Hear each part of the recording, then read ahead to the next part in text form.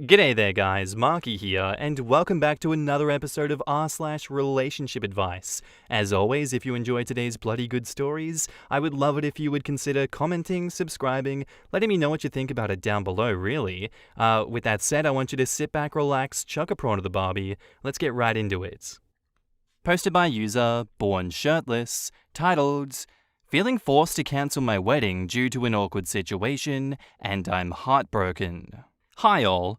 I'm currently in the middle of planning my June wedding, which has been in the works since autumn.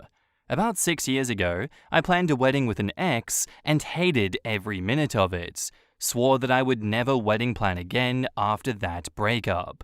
Fast forward, and I've met the love of my life, and we are so excited to get married. We have a simple dream wedding, and I finally convinced myself it would be worth the work to have a wedding day. Wedding planning hasn't been easy, but I grew to really love the things that we had in place. We booked a ceremony/cocktail hour venue with a gorgeous view of an urban gorge/waterfall, and then we would walk to the nearby minor league baseball stadium for our reception in an event space there. We've also booked a photographer, stylist, transportation, hotel, and honeymoon flights and accommodation based on this date. The date itself is a Wednesday, so things would be quiet and low-key. We only invited 30 people. This week, the baseball stadium announced the promotional theme for the night of our wedding reception is Pride Night. As a bisexual person myself, I love how much my community embraces the LGBTQ community and that we have a Pride Night at the baseball stadium. I've been an enthusiastic attendee in the past. However, this is not a night that I would have chosen to have my heteronormative wedding celebration at the ballpark. I feel that it would be disrespectful to the community to show up in my white dress with my groom and my wedding party. I don't want to make spectators feel uncomfortable, and I also don't want to feel like I have to tamper down my own wedding day to be respectful of this event. I dreamed of taking pictures in the stands and having my whole party walk to the stadium with flowers and decor for fun photos. I feel like these public celebrations will make me feel imposing or awkward now. The baseball stadium has offered to change our contracted date, but obviously it would require a lot of work to move all my other vendors and arrangements. I could also plan a different reception that day, but a baseball wedding was my dream from the start, and I worry that I'd be more heartbroken doing something else that day. Not to mention, both these options require a lot of extra work from me that I don't want to add to my plate. The other option would be to elope, of course, but I'm heartbroken that I'd have to give up my wedding day and professional photos over this. I can't believe I put in all this effort and money into a day just to be put in a difficult position where I have to choose between respecting a community and having my dream wedding. I feel so sad and discouraged. Any advice or opinions would be appreciated. Throwaway account in case this is controversial. In the comments, But I'm Stephanie says, I honestly don't think anyone is going to notice or care about what is happening in a party in one box. Wedding planning is so frickin' hard and detail-oriented, but honestly, innocent bystanders really don't care about your wedding. It's not like they limit admission that day to LGBTQIA+. Go on with your bad self, enjoy your day, and be proud that you found love in this terrible world. Right? People will probably see the wedding party and will be like, "Aw, look, they just got married, and she looks so pretty." And that will be the extent. I don't think anyone's going to be offended or thinking poorly of you. It's not like y'all chose the theme. This is less of a big deal than you think. I go to a lot of theme games, and while the theme is clear, there are plenty of people who go just to go and don't know anything about the theme. It's not like you're going there to shout homophobic remarks. I think it'll be fine. I don't mean to be insensitive, but I don't really understand why having a heteronormative wedding would be disrespectful to the LGBTQ community. I'm pretty sure the people in the community know that there are other people in the world who are not LGBTQ. A gay couple I know had a wonderful wedding, and both brides wore white dresses. I apologize for missing something, but I just have the event as planned. Maybe a nice gesture like a table outside your private area with free rainbow cookies and a sign that says, "As we celebrate our special day, we hope you enjoy celebrating yours," or something. A wedding is such a joyful event. I just don't see it as an intrusion. I feel the same way. It's different when a bachelorette party invades a gay club or a drag brunch and tries to become the center of attention, but this is not that. Exciting Blueberry 74 says, I'm trying to understand what the issue is. Do you live in a community where gay marriage isn't legal? And OP says, no, gay marriage is legal, but in light of a history of being denied that right, it feels awkward to celebrate my straight wedding at a night dedicated to celebrating that community. Yeah, I can see where OP's concerns are here, but like people have said before, it really isn't an issue. It's not like the people next door are going to be like, you're bi and you're getting married to a straight man? How dare you on this glorious LGBTQ day? You literally planned this wedding to spit in our faces. How dare you? I think that thought process is a bit of a stretch. I think everything's going to be all right. And I do think that OP is really just overthinking this one. I agree with the commenter that says just maybe leave something out as a token of appreciation that says celebrate my amazing day with me. Because I'm sure everything is going to be okay and they will be more than happy for you, OP. And now, onto the update. Thank you to everyone who read and commented on my post yesterday about how the baseball stadium I'm hosting my reception at announced our wedding date is Pride Night. After a lot of heartfelt reflection, we have decided to continue planning our wedding for that day and joyfully accept the coincidence. I also want to apologize if anyone felt my reaction to this news was homophobic or bigoted. I truly felt that I was coming from a place of concern for the community, but realized that it was from a deeply rooted internal conflict surrounding my own bisexual identity. I wanted to especially thank those who brought bi erasure to my attention. This was a layer of my emotional reaction that I wasn't aware of at first.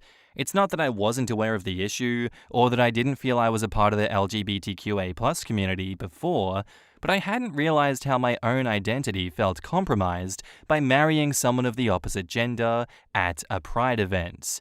I am working on embracing this, and I'm planning on adding some purple, blue, and pink to my outfit for the day.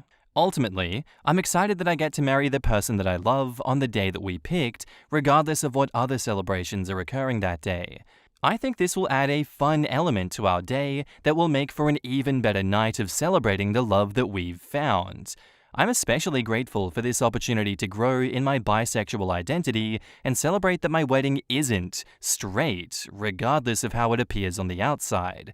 And that's beautiful too. In the comments, the dim side says, glad things are working out. I'm also marrying someone who's of the opposite sex of me, and I have friends in a similar position. One couple, male and female, are both bi. I think it's great that you're working on feeling more comfortable with everything and that you're moving forward as planned with the wedding.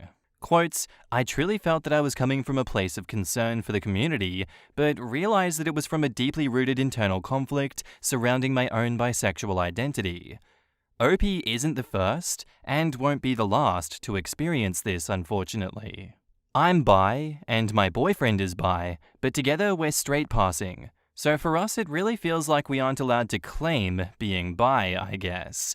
Like, I feel like a fraud for saying I am because I'm with a dude. I don't know, it's weird. Passing privilege is a double-edged sword. We're able to pass and avoid the hates, but also not included in our community or seen for our full selves. I always felt this when dating men. You still heard the hate more and felt disconnected from the community, but also received a lot less hate and could date with a lot less fear. But now as someone in a committed same-sex relationship, I still feel disconnected from my community. I'm femme, so I'm often assumed to be hetero. If I'm with my partner, everyone always assumes that I'm a lesbian, and it becomes awkward trying to correct that. Sometimes I just feel like I can't win. Everything is still so binary. I just wish people stopped assuming all the time. I get this. I have friends that I came out to as bi before I came out to anyone else, but when I started dating my girlfriend 2 years ago, they started exclusively referring to me as a lesbian, even when I try to explain that I'm not. I've just kind of given up at this point, honestly. It is what it is. It sucks because that fear of imposing on a pride event by having a straight wedding even though she's not straight, probably does stem from judgment within the community itself at some point in her life. Yes, it's internalized issues for sure, but she learned it from somewhere else. Her fear was valid in a way because there are plenty of people within the LGBTQ+ community who, if they met her face to face, would give her shit about being a bi woman who married a man. Glad she came to a conclusion she was happy with. It's the best part of bi erasure. You get it from both sides. Internal conflicts with sexuality can be tough, and it's not easy to be accepting when conflicts are hitting hard. As someone who is bisexual, I can understand, and I feel for what OP is going through. This was a nice read. Nothing insane or bad. I wish the wedding goes well. Our next post is by user A Monster in the Kitchen, titled, Me, 25 female, with my boyfriend, 27 male's mum. Asked her to teach me some recipes, and shit hit the fan. Hey all. I'm at a bit of a loss right now. My boyfriend Dan and I have been together for a little over 2 years. No relationship is perfect, but ours is basically as good as it can be. Little conflict, maximum happiness, everything is wonderful, yada yada yada. My family adores him. His dad seems to like me just fine, but for some reason, his mum Carol has never been too fond of me. I don't push too hard. I'm really respectful whenever I'm around her. I bring her gifts for birthdays and holidays. She's never given me one, not that I care. It's just kind of strange since I've been around for a while. Always try and help when I can, etc. And yet, she's always been fairly cold to me. Not outright rude and terrible, just cold. I kind of wrote it off, figuring that she's just a tough nut to crack. Anyway, my boyfriend and I recently finished our master's degrees and were feeling bored with our jobs and figured, what the hell, let's move to a different country. When we told the families, everyone was ecstatic for us except Dan's mum, which wasn't really surprising. We both have jobs lined up, so it's not like we'll be bumming around or anything. Not that there is anything wrong with traveling, I'm a huge advocate. So the only reason she's not on board with it is because Dan won't be living 25 miles away from her anymore, even though it's a great opportunity for the both of us and something he's been wanting to do for a while. We leave in a few weeks, so we've been trying to spend time with them as much as we can.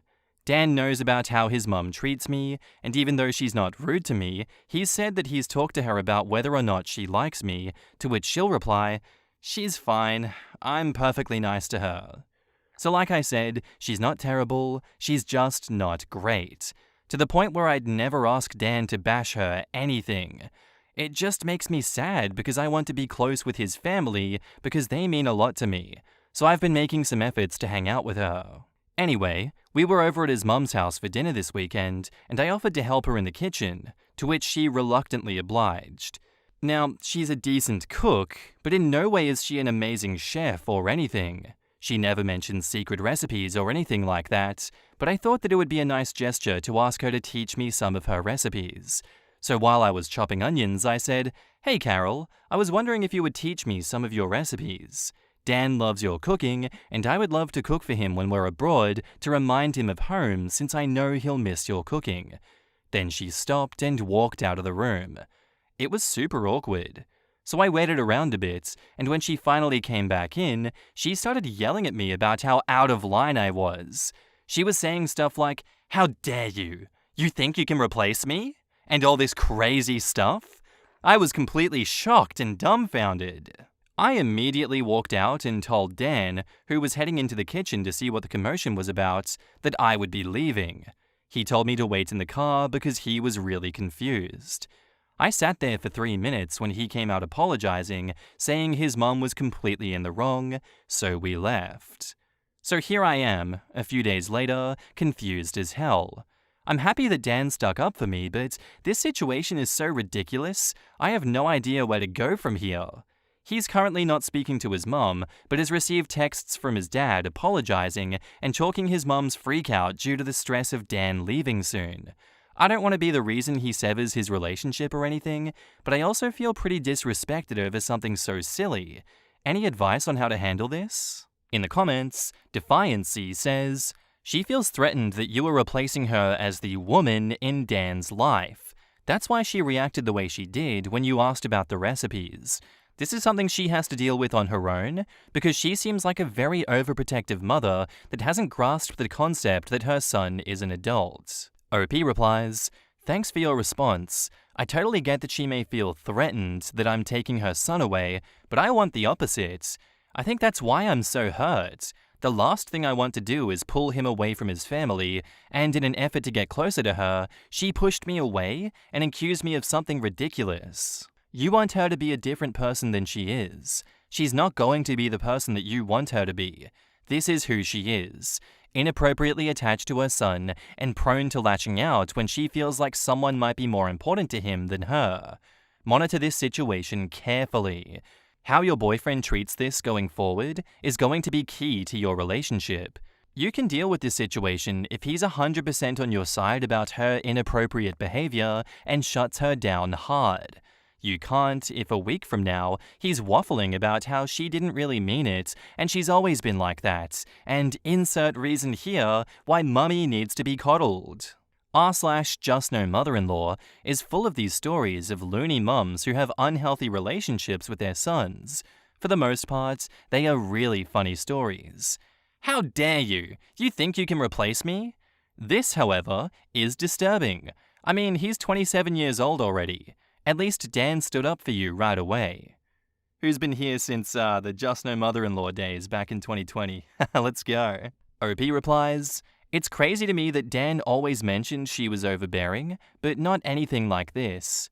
Dan is super independent and just about as much of a mama's boy as any normal guy who loves his mother. So this whole possessive thing came out of nowhere. It even freaked Dan out a little bit.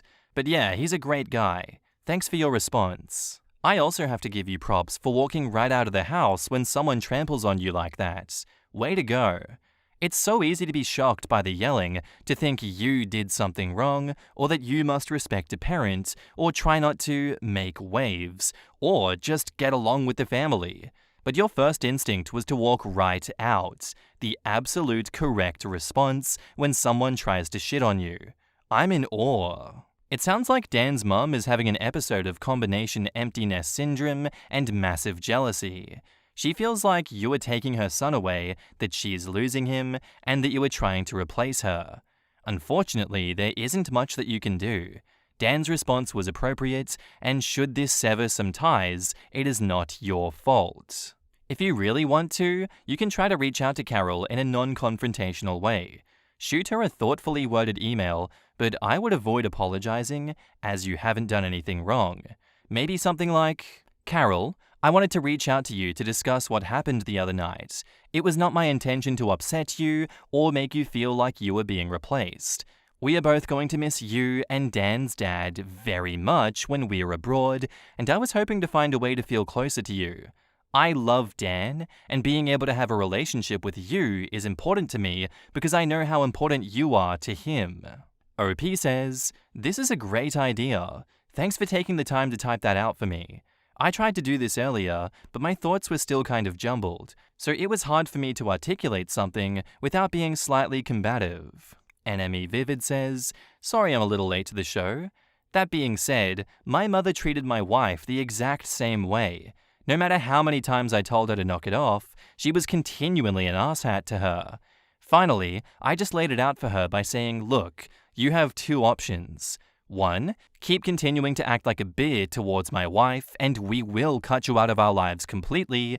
Or 2, accept the fact that I'm a grown-ass man and that you are gaining a daughter, not losing a son."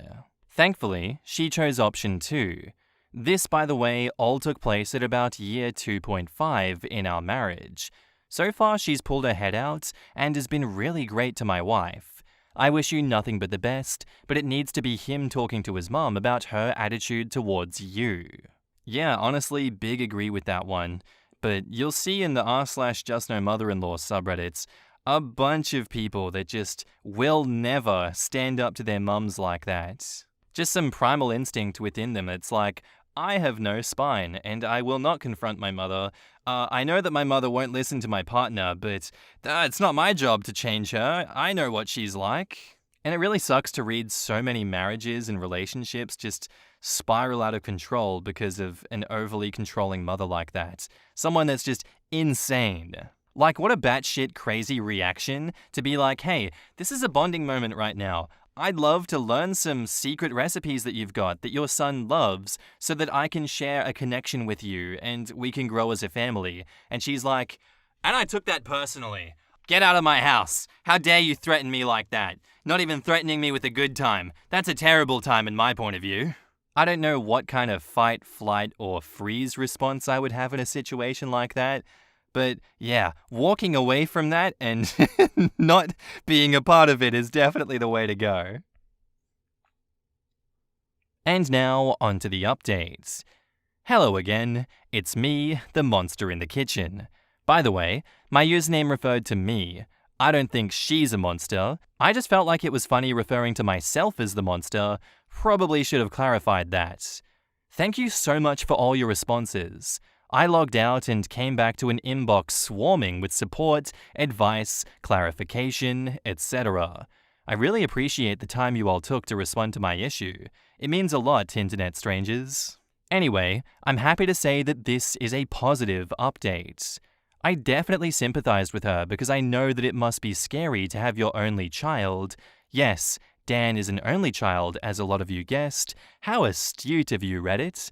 Pulled away by another woman, even though we have completely different relationships.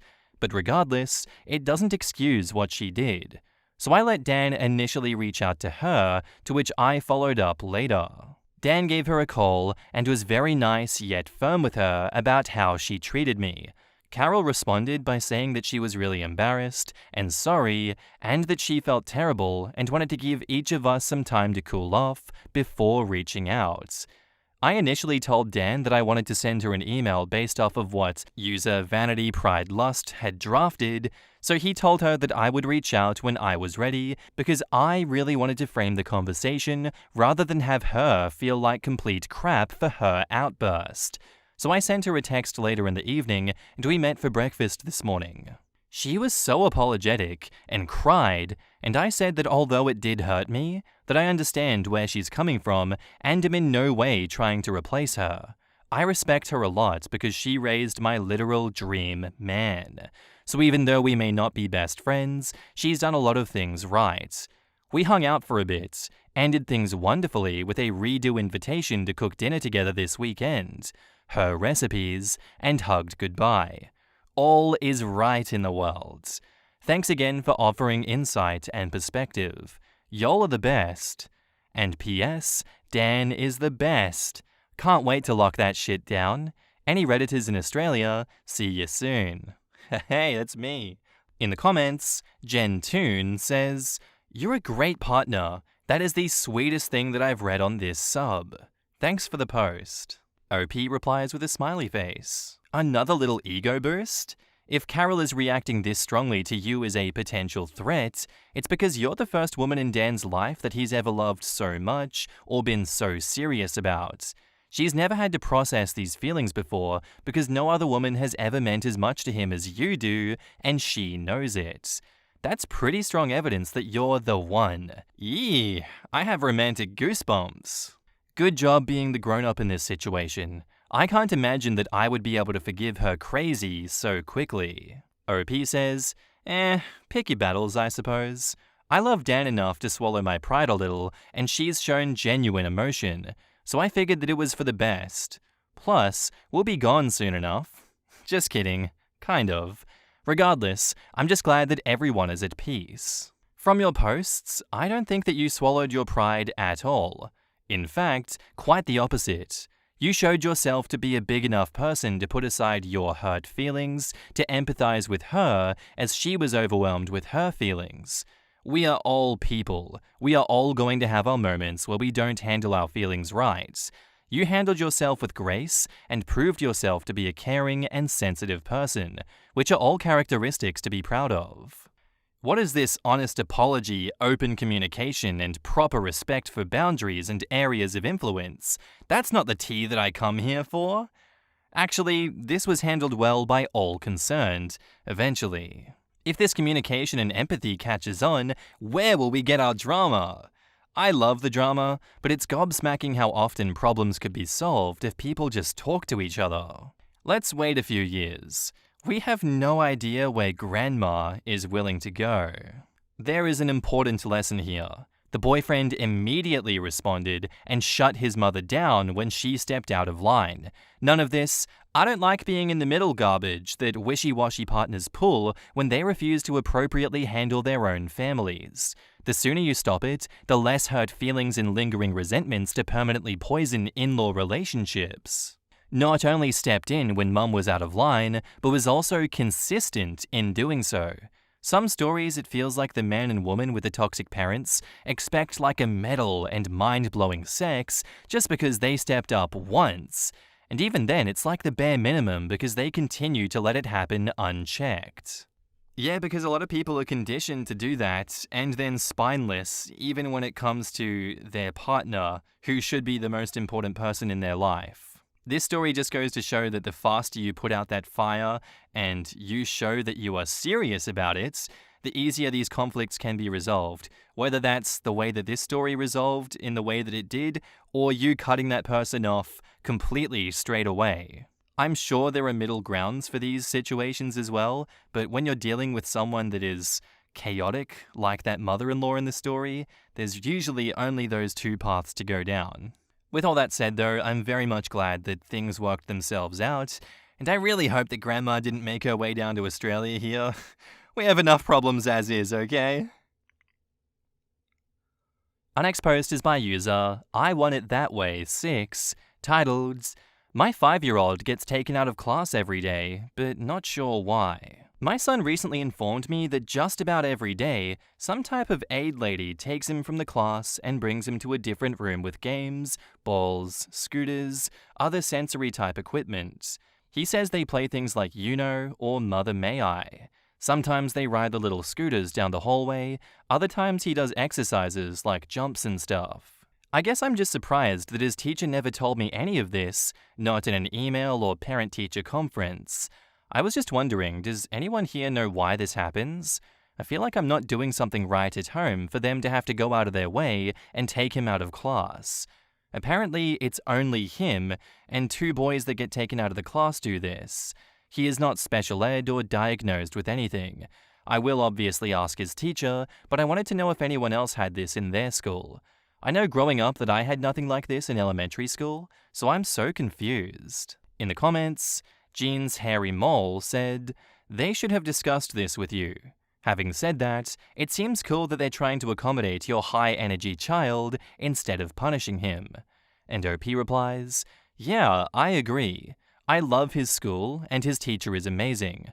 Well, I sent her an email because I'm curious. Also, I feel bad, like there's something that I'm not doing at home with him that could help. He's in karate and is very high energy, limited screen time, and I try to get him outside as much as possible. At that age, their little bodies are telling them to move because that's how their bodies build muscle and grow.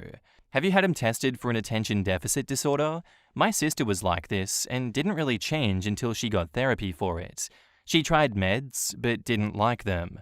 They taught her coping skills instead." OP replies, "No, wasn't even on my radar to be honest.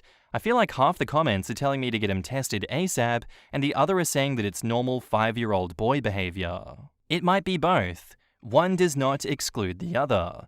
He could very well be ADHD, but that doesn't mean that some aspect isn't regular like little boy energy. But keep in mind, there are other little boys with little boy energy that apparently do not need to be taken out of the classroom. That indicates that your kiddo just might need a little extra support. Never, ever, ever, ever hurts to get them tested, and testing at this age is really just a play session.